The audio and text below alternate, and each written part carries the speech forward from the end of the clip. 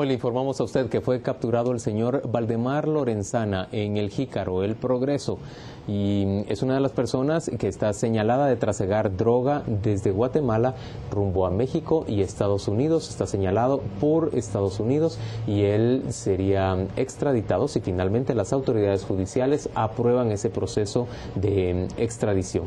Hoy nos acompañan para conversar en torno a este tema Javier Monterroso del Ministerio Público y nos acompaña también Miguel Castillo, analista en seguridad. A ambos, gracias por estar con nosotros. Bienvenidos a las 8:45. Y la primera pregunta que quiero hacer es, ¿cómo fue esa captura? ¿Dónde se encontraba él? ¿Desde cuándo le seguían? La información que podemos conocer. Bueno, la captura se realizó en el kilómetro 98, en la ruta de Atlántico, en El Jícaro precisamente.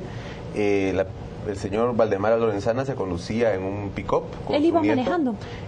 No, su nieto iba manejando. Se les venía siguiendo desde hace varias semanas la pista, se sabía dónde estaban ubicados y fue una captura realizada por las fuerzas especiales de la policía en coordinación con el Ministerio Público. Todo indica que se movía con total libertad.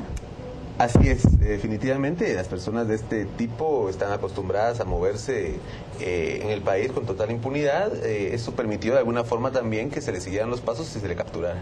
Miguel Castillo, ¿cuál es su primera reacción cuando sabe que el señor Lorenzana ha sido detenido?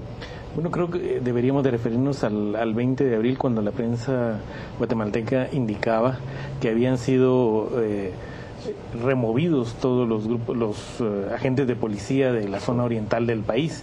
Ese día, era la semana de Semana Santa, quizás no se le dio la relevancia del caso, pero todos los policías de las zonas de Zacapa, Chiquimula, Jutiapa, entiendo el proceso, fueron movidos de un lugar a otro. Esto indica que evidentemente la fuga de información era un problema serio, además del control que personas como los Lorenzana tienen en esa estación. Creo que eso es llamativo. Hubo que mover a toda la policía de estas zonas para poder proceder a esta captura. Realmente es un hecho importantísimo que se dio. En esa misma nota de prensa se anotaba ya, incluso que este era un hecho que se estaba, este movimiento de policía se estaba dando para proceder a la captura de algunos de los Lorenzana, e incluso se mencionaba que era un hecho previo a la venida de Hillary Clinton, parece en el mes de julio. Son al menos 22 meses de ser un prófugo de la justicia desde que se ordenó su captura en respuesta a una petición de extradición del gobierno de Estados Unidos. ¿Qué sucedió durante esos 22 meses? ¿Dónde se encontraba Valdemar Lorenzana? ¿Cuál es la información que ustedes lograron recabar? Bueno, la orden de captura se dio por la Corte de Columbia de Nueva York en el año 2009. A partir de eso se inició un proceso de búsqueda que, como todos sabemos, fue infructuoso en por lo menos 2 operativos que se intentaron. Definitivamente la fuga de información en ese momento fue uno de los factores que imposibilitó la captura. También se interpusieron varias acciones legales que de alguna forma entorpecieron el proceso de las órdenes, suspendieron algunas veces las órdenes de captura. Afortunadamente la Corte de Constitucionalidad dio luz verde a la captura hace 2 semanas y por eso se pudo proceder a su detención. Javier, ¿había una orden, aparte de esta solicitud de extradición de Estados Unidos, había algún proceso guatemalteco iniciado en contra del señor Lorenzana? Hay varios procesos guatemaltecos iniciados en diversas instancias y también contra el resto de su familia. Incluso 3 de sus familiares todavía están prófugos por diversos cargos. Es decir, este no es un caso como el del señor Ortiz López, el chamalé, quien había pasado prácticamente sin ser percibido por las autoridades guatemaltecas y solo había sido percibido por Estados Unidos. Tanto en el caso de Chamalé como en el caso de Lorenzana hay diversos casos que apuntan hacia estructuras criminales que ellos encabezan de diverso tipo de delitos.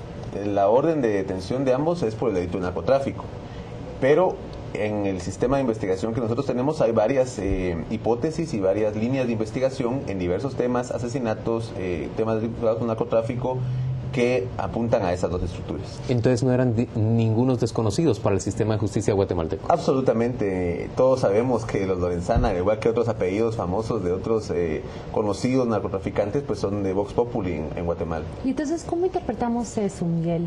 Creo que lo sucedido hoy, lo sucedido con Chamalé, nos muestran un poco algunas de las debilidades que tienen los grandes capos del narcotráfico. La territorialidad, que es uno de los aspectos que siempre ellos buscan, es decir, la defensa, el dominio control del territorio. también a la larga se vuelve un problema para ellos. ambos han sido capturados, digamos, en las zonas donde usualmente se mueve. Es decir, esa territorialidad les protege en un momento dado, pero también después se vuelve en contra de ellos porque es más fácil ubicarles. Miguel, pero al mismo tiempo son capturados únicamente por la pesada mano de la justicia estadounidense, no necesariamente por un proceso que logre concretarse ante un tribunal guatemalteco. No, evidentemente estamos delante de un fenómeno que también creo que deberíamos referirnos. El mismo 20 de abril se mencionaba, Estados Unidos acaba de abrir un centro para combatir el narcotráfico con sede en Panamá, con la mayor tecnología posible en este momento, y que demuestra que la acción de Estados Unidos es cada vez más fuerte. Y yo creo que es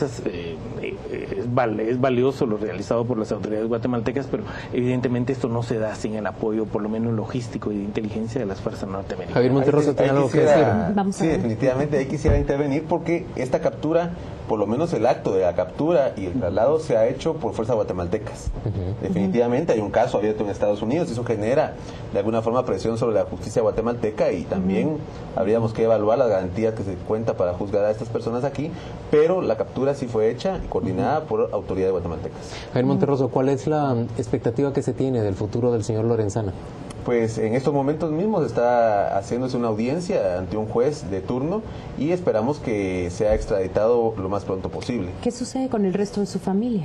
Se sigue la búsqueda de aquellos que tienen órdenes de captura. ¿Cuántas personas más en su familia? Al menos 3 personas en su familia tienen órdenes de captura por diversos cargos, entre ellos obstrucción de la justicia. El nieto que lo acompañaba está procesado también por obstrucción de la justicia. Miguel Castillo, estas personas se encontraban viajando hoy sin un gran aparato de seguridad, que suele ser habitual en quienes son señalados como capos del narcotráfico. ¿Cómo se lo explica? La confianza que tienen del dominio que tienen de la zona donde operan. Es decir, esta captura fue en la entrada al Jícaro. Sabemos que desde ahí, digamos, toda esa zona, ahí empieza su tierra. Jícaro, empieza su tierra, quizás hasta los límites de los Amates. Es una zona donde se sienten cómodos y a veces creen que no necesitan ni siquiera esta serie de aparatos. De hecho, creo que para una persona que es perseguida, creo que lo mejor es pasar en una forma desapercibida, y esta es una forma lógica. Señores, gracias a ambos por acompañarnos hoy a las 8:45 para conversar en torno a este tema de tanta relevancia. El gobierno de Estados Unidos ha enviado ya hoy una felicitación al gobierno de Guatemala por la captura del señor Valdemar Lorenzana. Vamos a la pausa comercial, volvemos dentro de muy poco.